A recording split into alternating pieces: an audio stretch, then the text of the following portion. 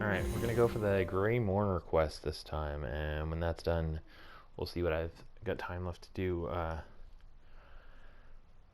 Probably the Lifeblood core and the Traitor Lord. So Grey Mourner quest. There's a couple of ways to approach this. I will show the ways most people talk about it.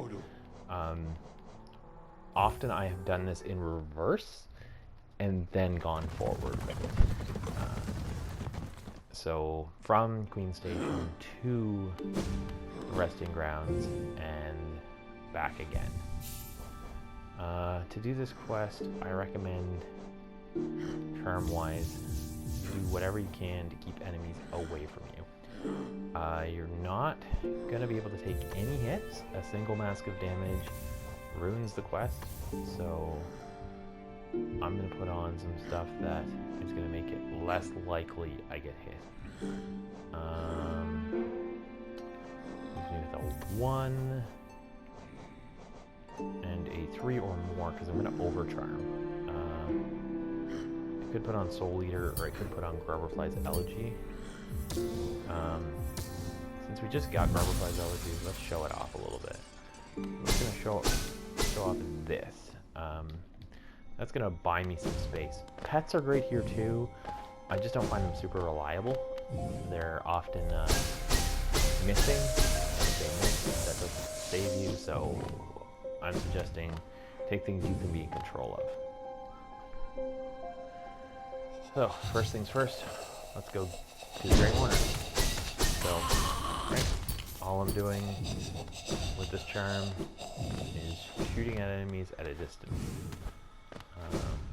Really helps avoid taking any damage.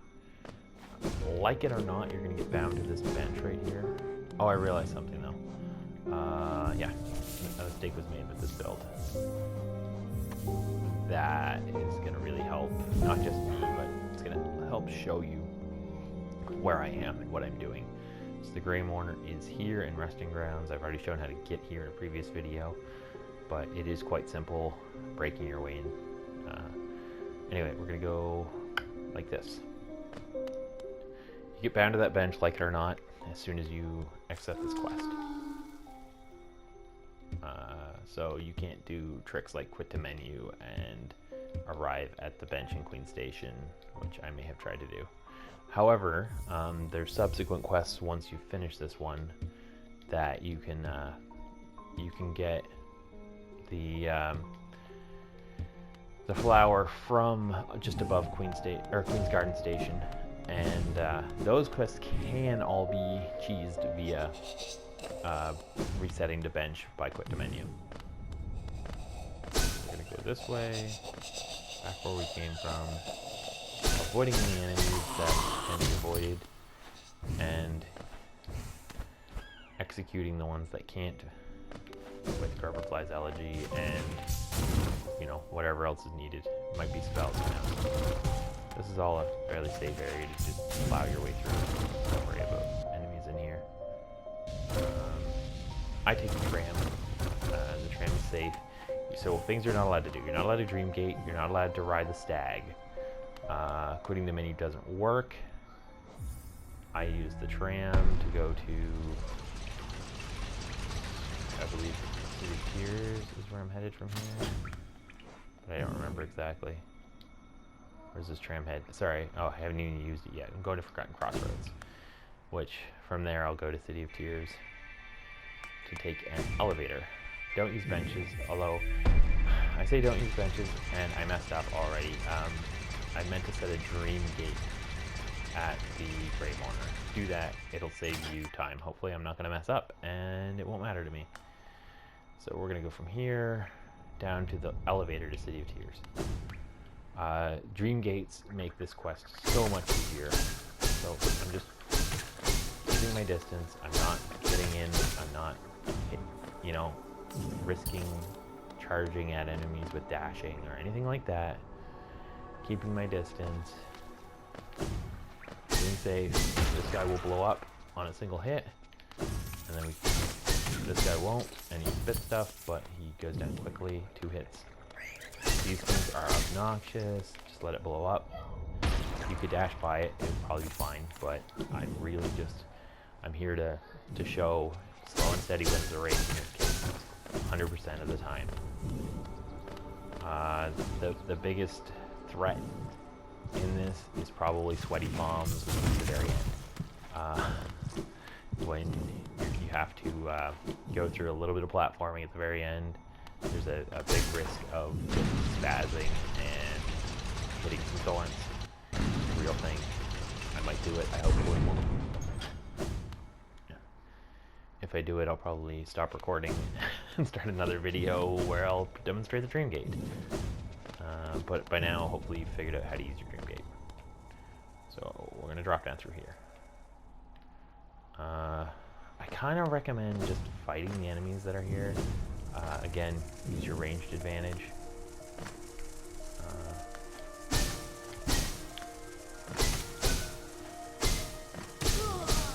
Just take your time. You don't want to get them all at you at once. That's where things go badly. You can just run away, but I find the odds of panicking and running into spikes are high, so it's not worth it. Alright, so from here, I'm going left to Fungal Waste. There are enemies in Fungal Waste, but they're all pretty easy enemies. None of them are exceptionally dangerous. Gotta go up over some thorns here, but these thorns are not thorns I've ever accidentally touched. Get lots of clearance. Oh, I've never gone this way in this playthrough. Thankfully I got some souls, so go down here.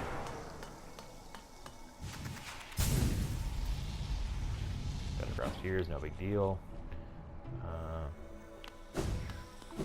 And then from here, I'm heading to Queen's Gardens along the path that also leads to Deep Nest if you're not careful.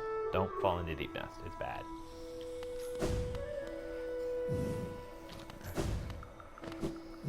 So that's down. Again, with enemies, don't mess around too much with them. Some of these I find are best just dash past, that being one of them. And we're just going through here, and it's basically a straight shot left from here to Queen's Gardens. We will come across some enemies that we kind of have to deal with or dash away from that are a threat when we finally hit Queen's Gardens. This really escalates once you hit Queen's Gardens itself. That guy is a mess. Don't let him do his gassy thing and wreck you, or be hiding behind the foreground, which a lot of enemies will do and potentially ruin your run. You notice I overcharmed, and the reason for that is simple. Any hit wrecks the quest, so I might as well have as much firepower as I can have going through this, right? Because 2 masks of damage is no worse off than 1 mask of damage.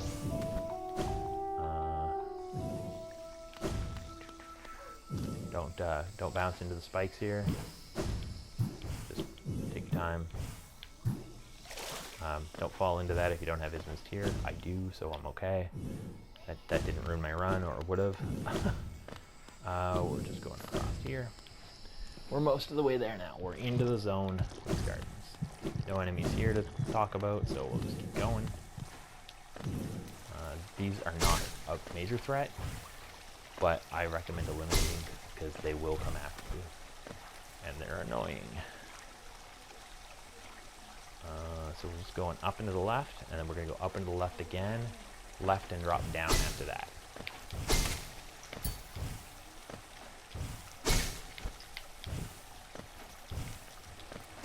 Again, just dealing with them because they're obnoxious if you don't. Stay calm. This whole quest is really much easier if you don't panic. I'm very guilty of that my first time doing it. So that Dream Shield finally just came in handy. I don't think I would have been hit there, but it definitely, made sure I wasn't.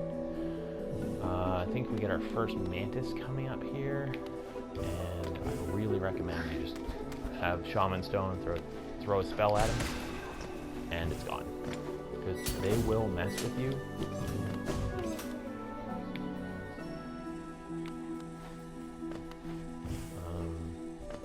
another mantis up here.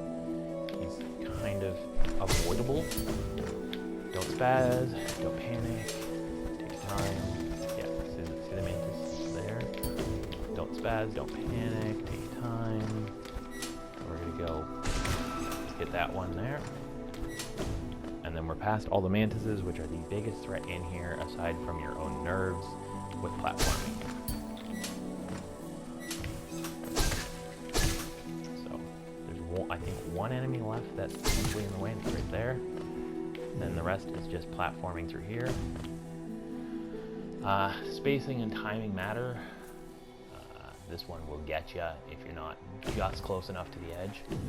That one, you really just got to time it with like the right hops and the right dashes at the right times. If you do it, you get it in one like I just did. Boom. So we're done for the first time. And now you can go back to the Grey Mourner, who if I'd set up my dream portal, would be as easy as just dream portal there. So we did it in one, and I feel good about that. These enemies here are not particularly dangerous, but they will still get you if you're not paying attention. Okay, from here I'm going to change my terms around. We're done that quest. I don't need to stay charmed up like that. Overcharmed is no longer a sum zero game.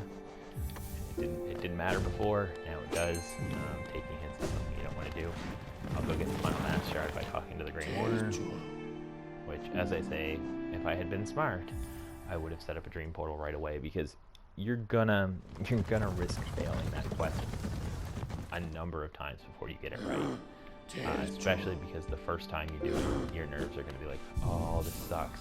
I swore I'd never do it again the first time I succeeded, and then I've done it probably 4 or 5 times since in different games.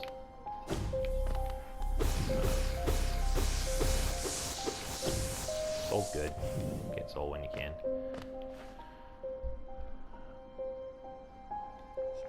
Back down to where we met the Grey Mourner in the first place. Do I have? Yeah, I do have Fragile Strength on. I wasn't sure if I just nail arts them now without it, but I think you need Fragile Strength to make them a one-shot with a Great Slash. So we'll go over here and be mucho impressive for having done that on the first run through.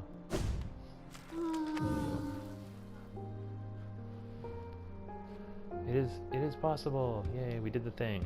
Okay. And now we'll be rewarded with what is, in my run through, the final mask fragment that I always get.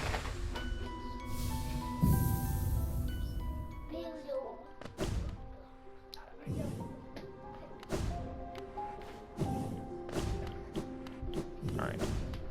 Oh, shit. My baby just decided he was gonna try to get at a charging remote.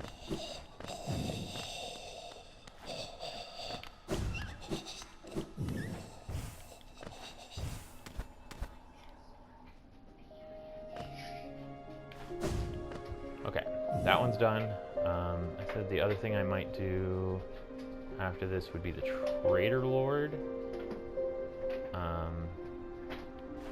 That didn't take very long. Did it in one, so I'll grab the Trader Lord. It's a pretty quick fight if you're charmed right and know what you're doing.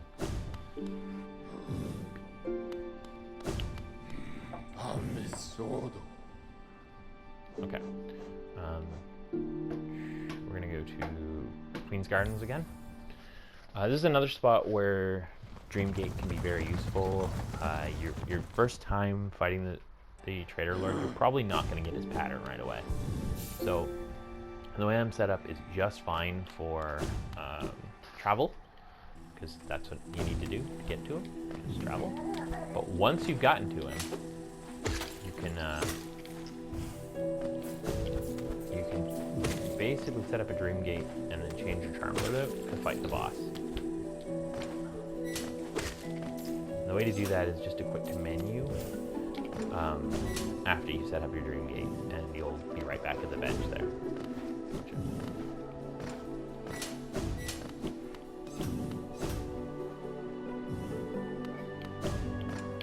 I wouldn't have Sharp Shadow on, which I want for the boss, but I wouldn't have it on going through here, because if you do, you're very likely to careen into some spikes, because it does increase the reach of your dash. It's a commonly known issue. It makes platforming more difficult, except in very few cases. I'm at full soul, full mass, so we'll just go this way. I'm going to set up the Dream Gate, and then I'm going to fight the Trader Lord with my current setup. If it goes badly, it's no big deal. The Dream Gate will be right there. So the Dream Gate I'm going to set up after I heal. It's going to be right here. I'm going to hold down, and we're going to set up Dream Gate. This way, if I die, I can just Dream Gate right back here without having to do all that platforming, and I can have better nail arts, or better charm loadouts for boss fighting. So I saved Cloth earlier. If you don't, Cloth won't be here, and that's fine either way, honestly. I'm of the mindset that Cloth has the Viking or Klingon thought process of wanting to die a warrior's death. Don't let the Trader Lord fall right on you. Just wait for those attack animations to start, and then Shadow Dash through. Easier with Sharp Shadow. You'll also take damage every time. I also recommend Quick Slash. I'm dodging that with, you can see, with Desolate Dive. I didn't that time. I find not moving when that's happening is good.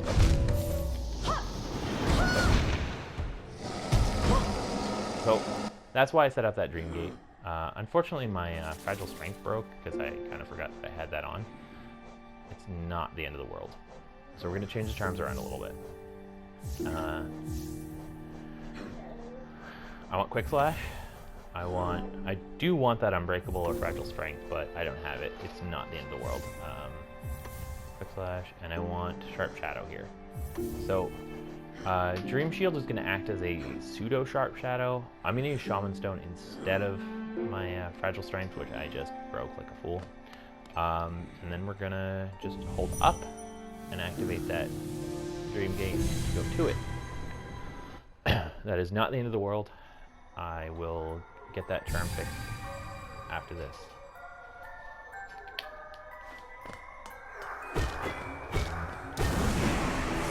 There we go. Got my shade back. We're going to go through all those warm-up fights again. This time, unfortunately, without the Fragile Strength. Boss will show up again. Finish that one off. And there's two more, and Boss will not be nearly so cool for the rest of the fight, unfortunately.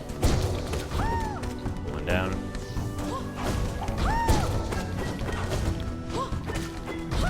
Two down. Trader Lord's going to show up here. So we're just going to Sharp Shadow through. Try not to get too far away. The further away, you're more likely to get that that sort of boomerang ability.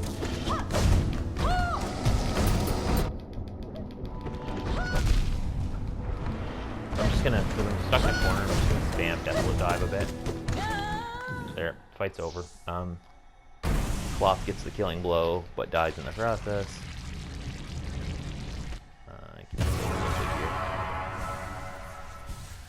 There, got it in 2. Normally I can get that 1 in 1, but I think I was a little distracted. Anyway, that's that. Cloth is gone, but we will get a nice little ghost scene where Cloth is proud and happy to have died the way that she did when we were on our way out here. We'll go in here and we'll go have a little chat with Mom. This is the pale lady. If you bring different charms, such as the Defender's Crest or the Grim Child, you get different interactions with the White Lady, which is neat.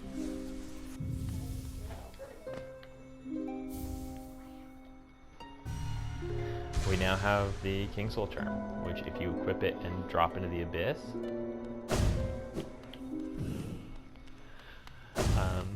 if you drop into the abyss with it equipped, you'll get it changed permanently into the Voidheart. Kingsoul.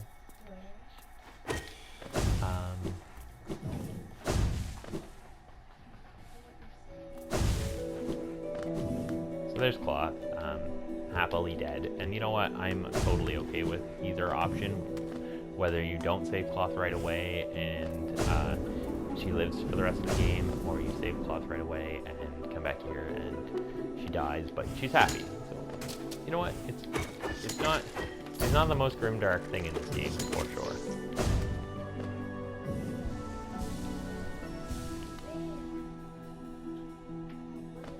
I have a daughter looking for spelling lessons, and I think she's looking for the animal. Oh, the animal whale? Or will. Okay. So I've screwed up by having this charm equipped here. It can be worked around though. I'm going to try and demonstrate how to. You get a few extra inches on each of those dashes or whatever. So you just need to be really at the edge of your platforms to make it work.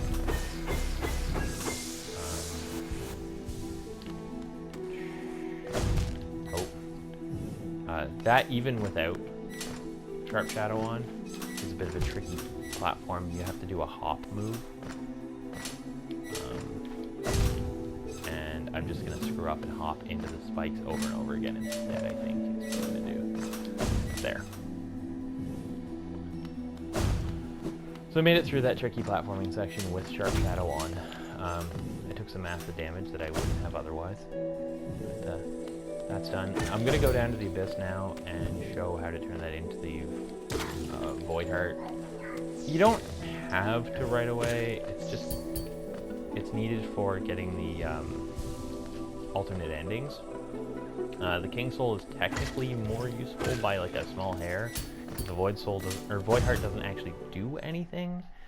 It's just a plot power, basically.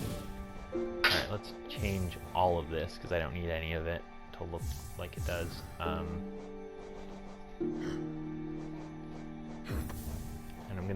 I'm gonna go back and fix this so that I can get it turned into Unbreakable at some point soon. A little sad I let that happen, but whatever. We'll just go with the spell build in the meantime. Oops. Spell/platforming build. Again, I look at, so we're going to Hidden Station. I look at Grub Song as a platforming-based term.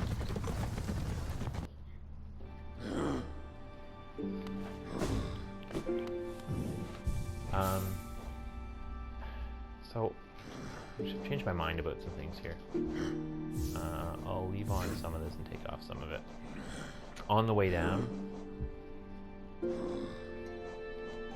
No. Sorry, on the way down, no, not that.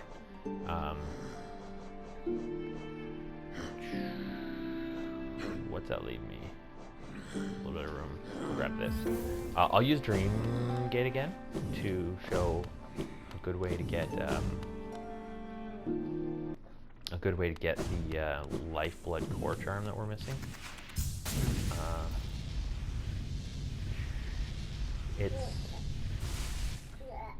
a bit of a tricky thing to get if you're not really attentive and good at platforming. But basically, you just need to equip the other two Lifeblood charms you have and come down here without taking any massive damage, or taking very few at this point, because I think I've got overkill by a fair margin for what I would need. But if you can't do that, the easy way, as it were, is to fall down here alongside these spikes, but not into them. Drop here. So this is where you need Lifeblood hearts. I'm gonna create a dream portal. I'll come back here later after I've finished embarrassing myself smashing into spikes over and over again.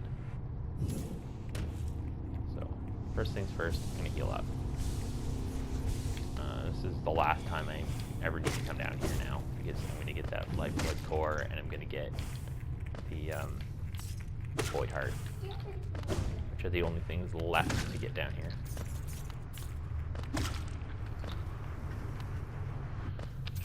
So, because I have the Kingsoul equipped, that will happen. If you don't have it equipped, that will never happen. Drop down here. I think I know relatively where I'm going. It's kind of the most inner route in a lot of ways. I got smashed there. Let me heal up just for posterity's sake. I'm gonna hop over here, go through here, get this guy. I don't need to go up, I need to keep going down if I recall. And we're gonna head. Oh, yep. That shade barrier is a good indicator we're going the right way. You have to go through that to get to this, but you just dream nail it. Once you do, you will get a little cutscene here. No cost too great. So we know who that is. That's the Pale King. And you see, of course, all the vessels failing to make it to the top.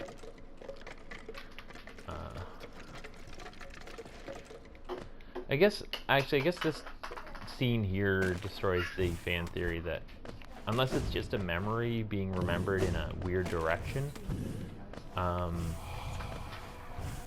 this does destroy the fan theory that this is a reincarnation of the king rather than a sibling. Oh, I just can't believe I did that. Anyway, yeah, I guess that fan theory goes out the window here unless you just think of it from the perspective of, well, this may be a dream rather than a memory, based on the memory that the king has of the Hollow Knight finding their way up. I'm in a really bright room right now. I've got sunlight coming in that makes it harder to see in here than if it were actually dark in the room. There's also things like turning the brightness up, which helps here, and turning the brightness all the way down helps, yes, in the fight with radiance or absolute radiance, because it helps differentiate projectiles from the background, which otherwise can be really challenging to do.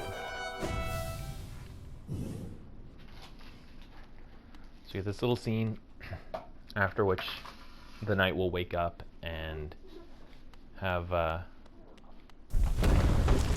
new ability, which is the Voidheart. That will make all the siblings no longer hostile. It will make the void pools no longer aggressive as well. And finally, it lets you get access to the final, or to all the endings other than the initial ending. So, not hostile anymore. I wonder with Dreamwielder if you can dream nail them. I don't know. You can't quite. You don't. Oh, you do have enough time, just barely, and you learn nothing from dream nailing them. Interesting. Zero thought at all. Get out of my way. I feel a little cruel attacking them. They don't cause contact damage or anything anymore, but go this way, back on up. Out of here. I mean, I guess what I could do is quit to menu and then use the dream gate. Maybe we'll do that. We'll quit to menu. Progress will be saved. It's an important feature of quit to menu. A lot of people are like, oh, but I need to make it to a bench first. You don't have to make it to a bench before you use quit to menu. And I know I've ended my videos that way a lot of the time, but it's really not necessary. So I'll go to here, which will put me to my last bench, and I will change my charms so that I can go get that Lifeblood core charm. Let's see. So this is now perma equipped. We're gonna go both of those, and then there's room for one more thing, which that's useless, I think. I don't know. Is that useful? Oh, apparently useful. And it looks like the range is extended. That looks more range than I'm used to that having. Weird. Anyway, cool. We'll do that.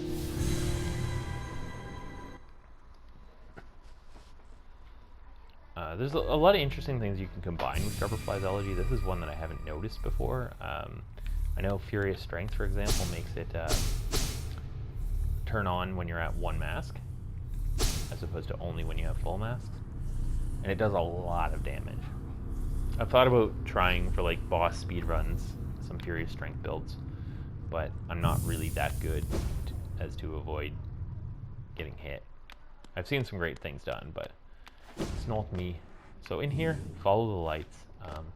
The lights tell you where you need to be. For the most part, you don't need to dash. You just need to hop around. There's no light there, but there is a platform. Yeah, I did that wrong. That's okay. Okay, from here, there's a down section, and from here, there's a little spike sticking out of the side there. Oh, wow. I'm just gonna fall into all of the spikes. Okay, so Grubberfly's Elegy is now off. Down here. And there's a split here. Take the left split first. Well, take the left split. If you take the right split, you'll miss an arcane egg. So take the left split, and as you hit the bottom, dash. Better than that. Wow. I'm just gonna lose all of my lifeblood right here. There we go. Dash. And then use rocket boots to go across here into this wall. There's a breakable wall here, which we're not gonna go through right away, but we'll come back to. Come this way and get an arcane egg.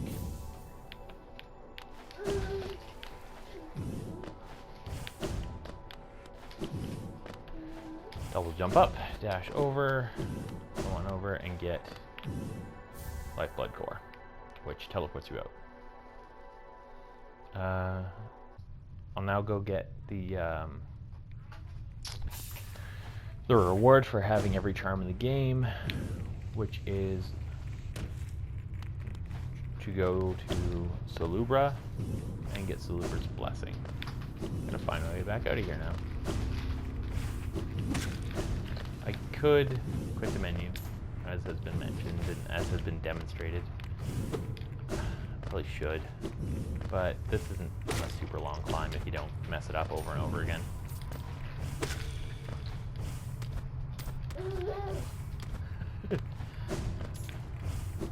I'm just laughing at my little guy getting hangry, even though he's eating little goldfish crackers and wants them to go in faster than they can. Alright, so from here, over and up, head back to the station, change these charms, which are terrible, for the more traveling oriented charm set, and head on over to Salubra in the Forgotten Crossroads.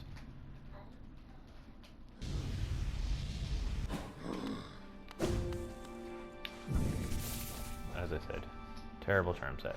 We'll fix that.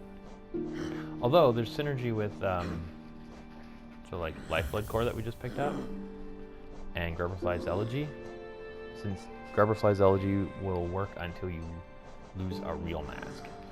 So we can do that, kind of for funsies.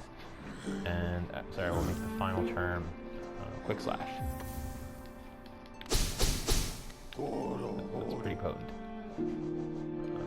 Over to Forgotten Crossroads, and we'll go get Salubra's Blessing.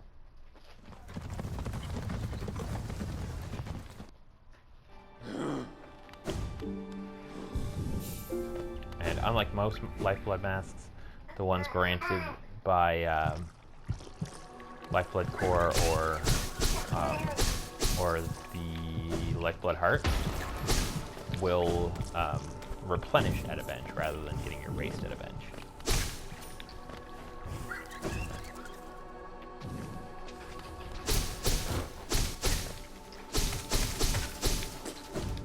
So, as demonstrated, this is a pretty potent charm. Knee-jerk reaction to the Grubberfly's Elegy for me was, that just sounds like I'll never be able to use it, I'll get hit, I'll lose, but it's so good at preventing you from getting hit. What it's not great with is like spells, because you don't generate soul from the impacts with it. And you're going to want to keep your mask topped off for obvious reasons.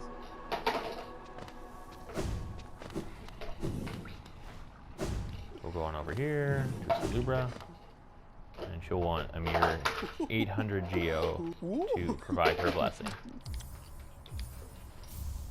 At which point, now when we sit on a bench, we will regenerate soul.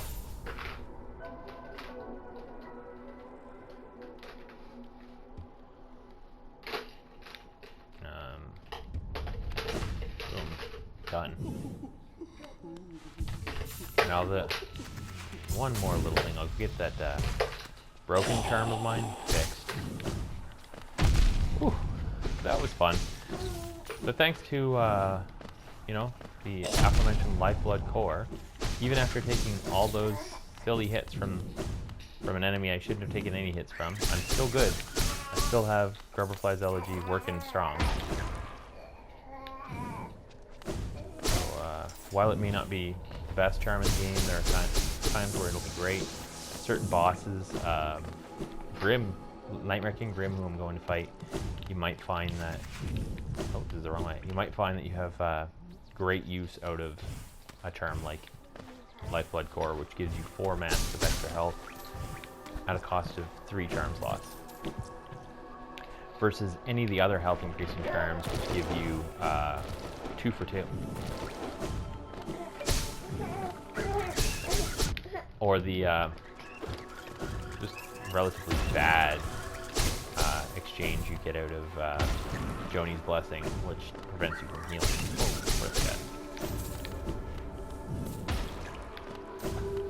Joni's Blessing has its uses, like getting the Lifeblood Core, and occasionally bosses where you just do not have a healing window. But it costs 4 charm slots as well as preventing you from healing, and that 4 charm slots I find hard to give up. I find that there's other things which will increase my effectiveness enough that I don't need to commit 4 charm slots to an otherwise bad charm.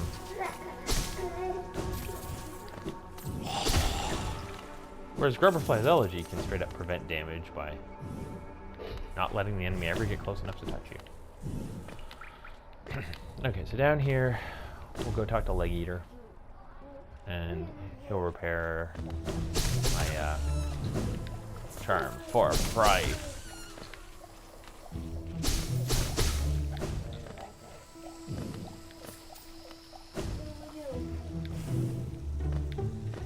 Alright, Leg Eater's just in here. Before ever making any purchases from Leg Eater, since there's a bench right beside Leg Eater, take your time to put on Defender's Crest. It saves you some moolah. Unless, of course, you reach the point where money is no longer useful, but you haven't reached that point if you still have Fragile Charms rather than Unbreakable Charms. So there, my Fragile Strength has been repaired. Fix this up. Put that back on. That's a really strong combo. From there, I'll put on this, and I'll call it a video. Next time I'll finish up some Grim Troop stuff. In fact, that would be a nice reminder to myself to just put on that Grimtree stuff right now. I want all these charms.